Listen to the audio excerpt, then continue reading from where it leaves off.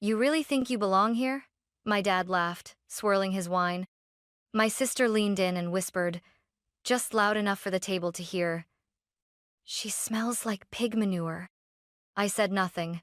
I simply folded my napkin, placed it on my lap, and smiled. They had no idea. 5 years ago, I left the city in disgrace, the weird farm girl who dropped out of college to raise pigs. My name was erased from family holidays, scrubbed from Christmas cards. But tonight, they'd waited over a month for this reservation. They had no clue that the rustic fine dining experience they were bragging about on Instagram was mine. Then the restaurant manager approached, his voice calm but clear. "Welcome back, Miss Hannah. Your usual table is ready." Dad choked on his wine. That was the exact moment everything changed. And I'd waited 5 years for it.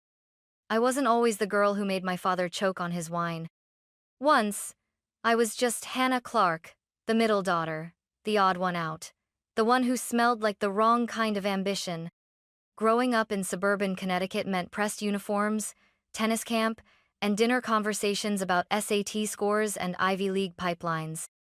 My older sister Lillian was everything my parents hoped for: straight, a student, Yale, bound, fluent in French by sophomore year. My younger brother was still being groomed for finance. And me? I liked pigs. Not as a joke, not in a kids love animals kind of way. I was obsessed. By 12, I knew more about rotational grazing and ethical breeding than most adults. While my siblings joined debate clubs, I volunteered at a small local farm. I spent my weekends mucking stalls, bottle-feeding runt piglets, and learning to tell the difference between acorns and barley in feed blends. My mother once said I smelled uncivilized. At 14, I announced I wanted to raise heritage breed pigs and build a business from it. Something clean, sustainable, honest. My dad didn't even look up from his Wall Street Journal. He just said, "That's not a real future. That's dirt in disguise." Lillian laughed. "What are you going to call it? Pig Princess Inc.?" I went quiet. But inside, I was already planning. I went to college like they asked. A semester and a half later, I dropped out. The day I told them, my father slammed his fist on the dining table. "You're throwing away a legacy for manure?" And my mother, always the colder one, stood up mid-sentence and left the room. From that moment on, I was erased. No more invitations, no birthday calls, not even a text when my grandmother passed. But I wasn't surprised. In the Clark family, love had always been conditional, and I had broken the conditions. I took what little savings I had and leased 5 acres in rural Vermont. It wasn't glamorous. I lived in a trailer. My boots were second-hand. The pigs were my only family. But for the first time in my life, I felt like I was doing something real. And even though I worked 16-hour days in freezing mud, even though I cried some nights because the silence felt bottomless, even though I sold bacon at farmers markets for pennies, I never once wished I'd stayed. Because deep down, I believed something they never did. That honesty, labor, and purpose could build something beautiful. Even if it started with mud. The early years were brutal. I started with 7 pigs, all rescues from a defunct operation that had abandoned them in the middle of winter. I built shelter from salvaged wood and slept in the trailer beside them with a space heater that barely worked. Every dollar I made went to feed and vet bills. Every hour of rest felt like a stolen luxury. People thought I was crazy. The pig girl. They called me at the general store, half joking, half pitying. Even the local farmers rolled their eyes when I talked about raising pigs without hormones, without confinement crates, letting them roam in pastures and root freely. "Sounds cute until they tear up an acre overnight," one of them said. They weren't wrong. I made mistakes. I lost money. But I kept going. I documented everything. Every muddy mistake. Every sunlit moment when the piglets napped in hay. Every time I made something edible, from scratch pork belly with maple glaze, slow roasted shoulder with heirloom apples. I didn't do it for attention at first. But one day, in a moment of tired defiance, I posted a video on social media. What happens when you respect the animal? Real pork, real process. I filmed myself pulling fresh bacon from the smoker, plating it next to eggs from my neighbor's coop and greens I'd grown behind the trailer. I uploaded it and forgot about it. 3 days later, it had 2 million views. Suddenly, people wanted to know more, not just about the pigs, but about the food. How did you make that crackling so crispy? Where can I taste this? Do you sell it anywhere? An editor from a food blog reached out. Then a reporter from a regional magazine. Then came the email I couldn't believe. A small investor group out of Boston wanted to talk. They'd seen my content. They liked my values. They wanted in on something small, farm to fork, rustic dining with a real story. I didn't know how to draft a business plan, but I knew how to build trust. I invited them to dinner, right there at the farm, under a string of hardware store lights and mismatched tables. I cooked 6 courses from scratch, all with my own pork.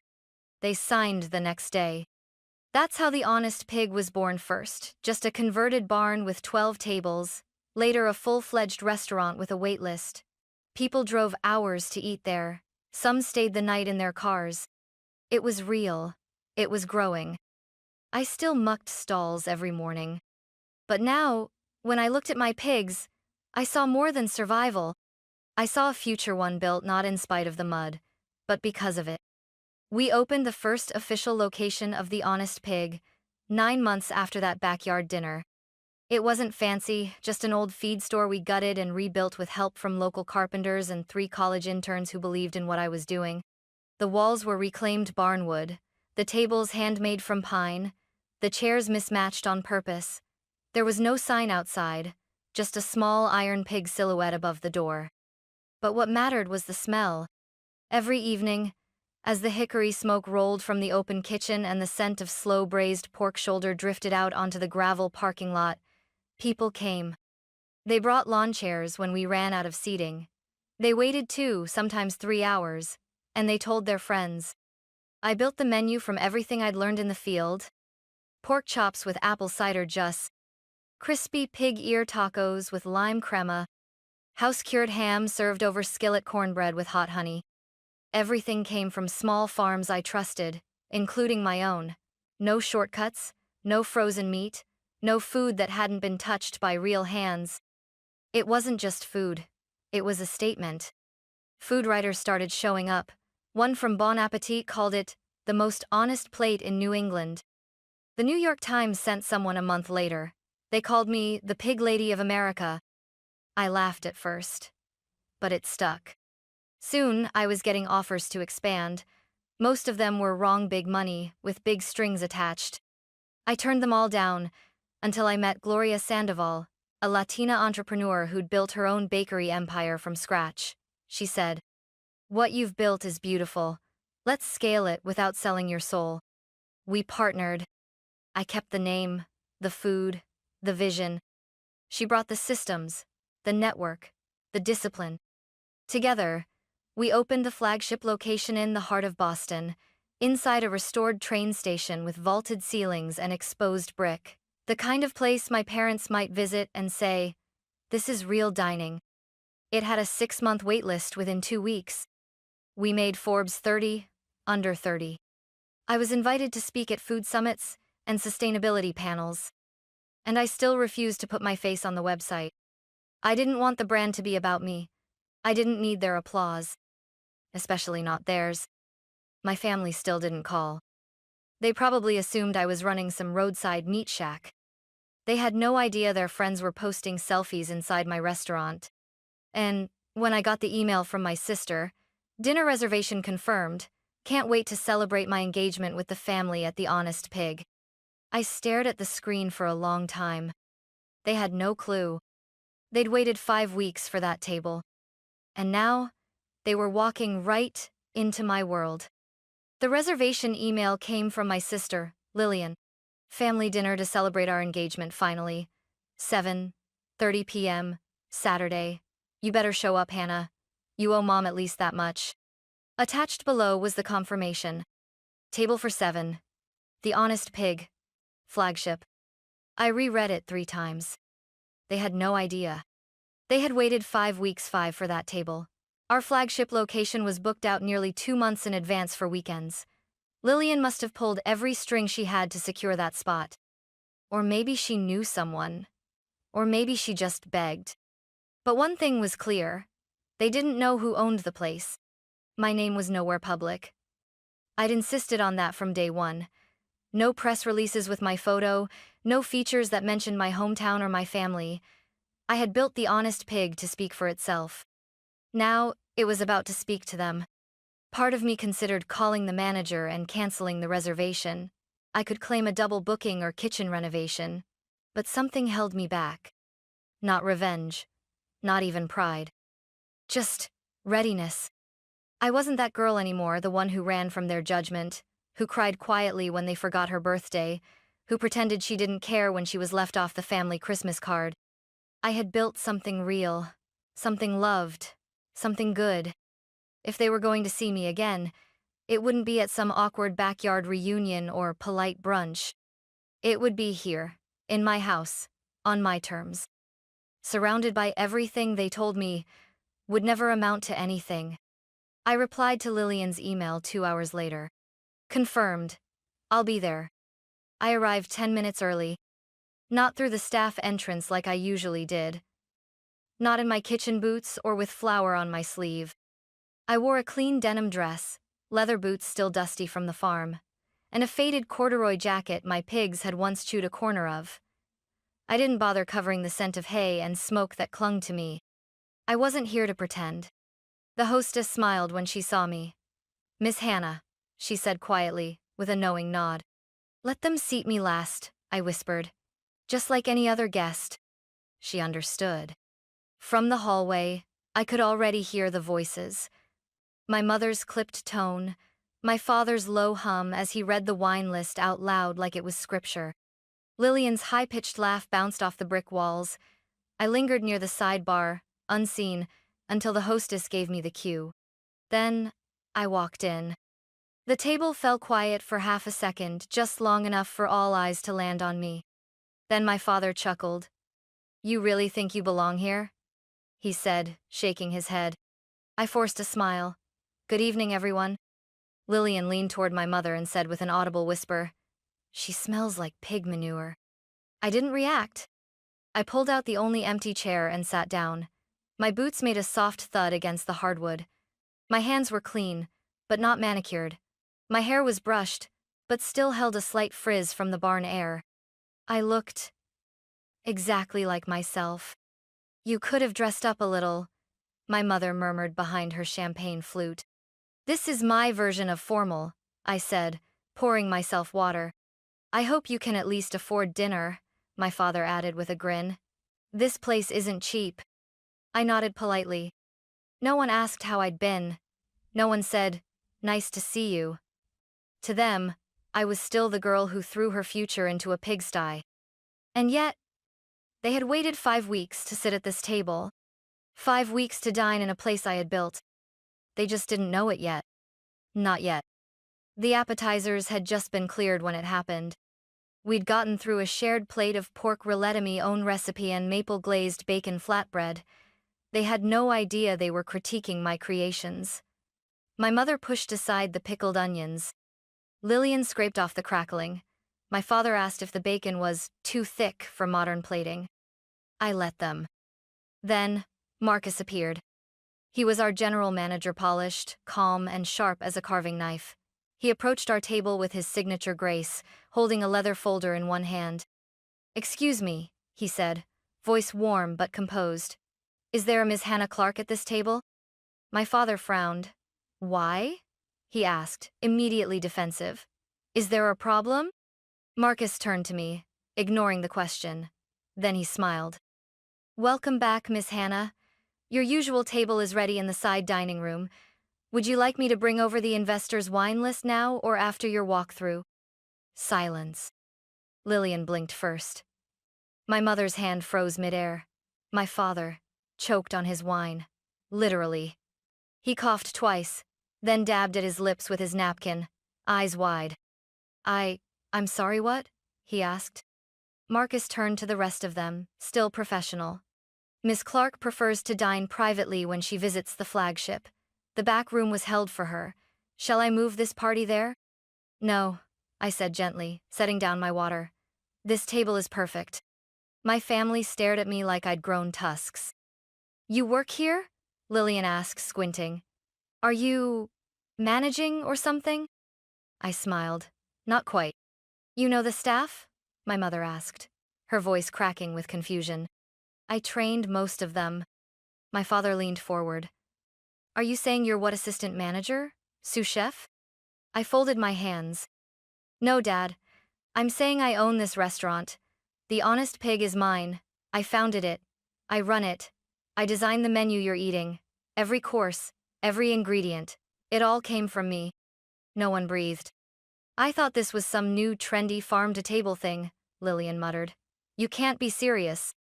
She's joking, my father said, almost hopeful. Marcus cleared his throat politely. Actually, sir, Miss Clark is not only the owner, but the executive chef and founder of our entire restaurant group.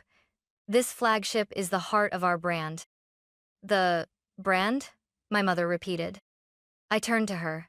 We have 7 locations now. Boston, Portland, Chicago, Denver. I opened them using pork raised from my farm, the one you called a patch of mud and dreams. The words landed like knives. You lied, Lillian whispered. You made us think you were struggling. No, I said softly. You assumed I was. But why? My mother asked, blinking fast. Why wouldn't you tell us? I looked around the table, at the people who had once decided I was only worth loving if I played by their rules. Because I wanted to see who you were when you thought I had nothing, I said, and now I know. Marcus, still standing by, spoke again. Chef Miranda would like your opinion on the heirloom rib rub, Miss Clark, before the team finalizes the spring menu. I stood. I'll be back shortly, I said, adjusting my jacket. Enjoy the entree.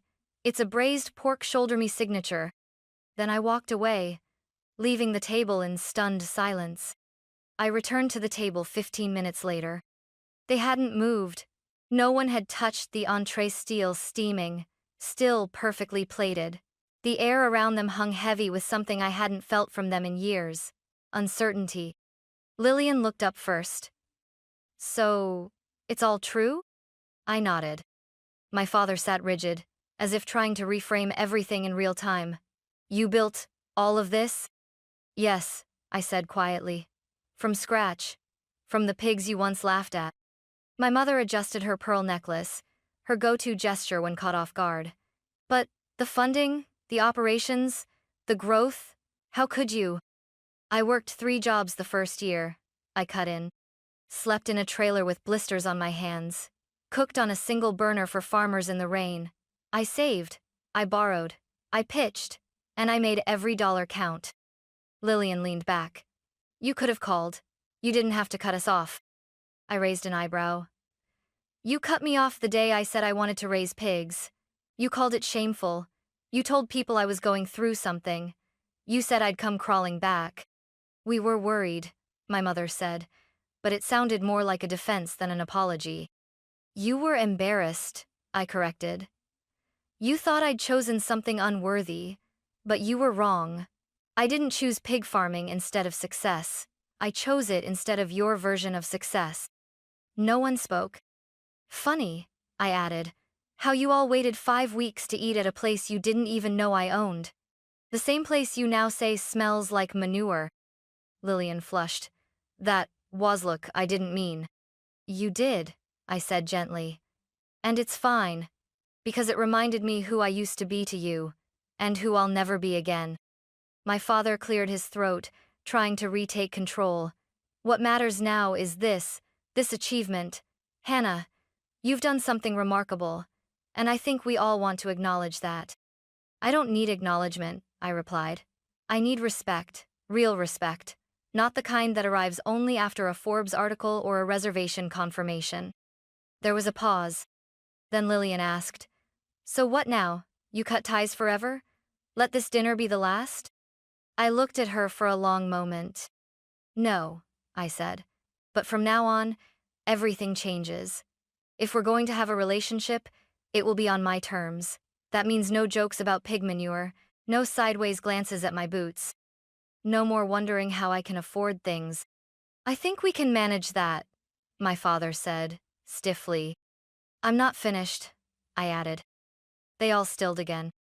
I don't want any networking favors, no investment offers, no guest invites to events so you can show off your daughter's restaurant.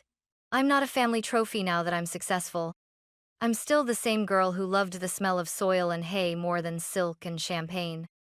My mother's lip trembled, but she said nothing. And one more thing, I said. I'm proud of what I built, but I'm prouder that I built it without bending to become someone you'd finally accept. My voice softened. I'm here tonight not because I need your approval. I'm here because I finally don't. Lillian exhaled. Okay, she said quietly. That's fair. And, I added after a pause, if you'd like, I could host the rehearsal dinner here, as my gift. Her eyes widened. You'd do that? You're still my sister, I said. But let's be clear, this isn't about proving myself to you. It's about offering what I've built, on my own terms. For the first time all night, she smiled, a real one. Across the table, my mother's eyes glistened. My father looked down, almost ashamed. Maybe for the first time in his life. I'd like that, Lillian said softly. And I'd like to know more. About what you do. About how you got here. You'll have to come early, I smirked. I'll show you how to feed the pigs. She laughed. I just might. And in that moment, for the first time in years, the table didn't feel like a battlefield. It felt like a beginning. Later that night, after the plates had been cleared and the last glasses of cider sipped to silence, I stepped into the kitchen. My sanctuary. Miranda, my head chef and the backbone of this flagship, looked up from the pass window and grinned. So, how was dinner with the royals? I laughed. They choked on the pork, metaphorically and literally. She raised an eyebrow. The rub too spicy? No, I said. The truth was, we reviewed the spring menu changes, tasted a sliver of smoked belly for salt, adjusted the char on the seared loin. The usual rhythm of a closing shift grounded me like it always did. When the team finally wrapped up and the lights dimmed to the after-hours glow, I lingered near my office. I checked my phone. A message from Lillian. That was a lot, but thank you. Also, can we talk next week? I'd love to bring someone by the farm. No judgment, just curiosity. I smiled. Maybe she meant it. Maybe she didn't.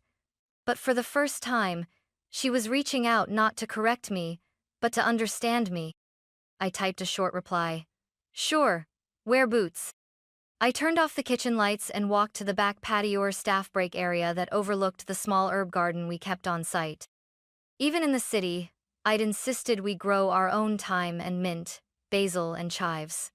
A reminder of where it all began. The night was quiet, cool, the kind of quiet that doesn't feel empty but earned. I sat on the wooden bench by the rosemary bush and opened my leather-bound notebook, the one I used when things felt too big for screens. I wrote, I used to believe that success would feel like applause, but it doesn't. It feels like stillness, like peace, like not flinching when someone questions your path, because you no longer need to defend it. It feels like mud on your boots in a room full of crystal, and not caring. It feels like walking into a restaurant and knowing every scent, every story, every soul behind the dishes, because you built it. It feels like being the same girl they once called foolish, and not needing to prove them wrong anymore. I closed the notebook and looked up at the sky. The stars were dimmer here than on the farm, but they were still there, constant, like truth, like roots. And I knew, finally, I had come full circle. Not because they saw me now, but because I no longer needed them to.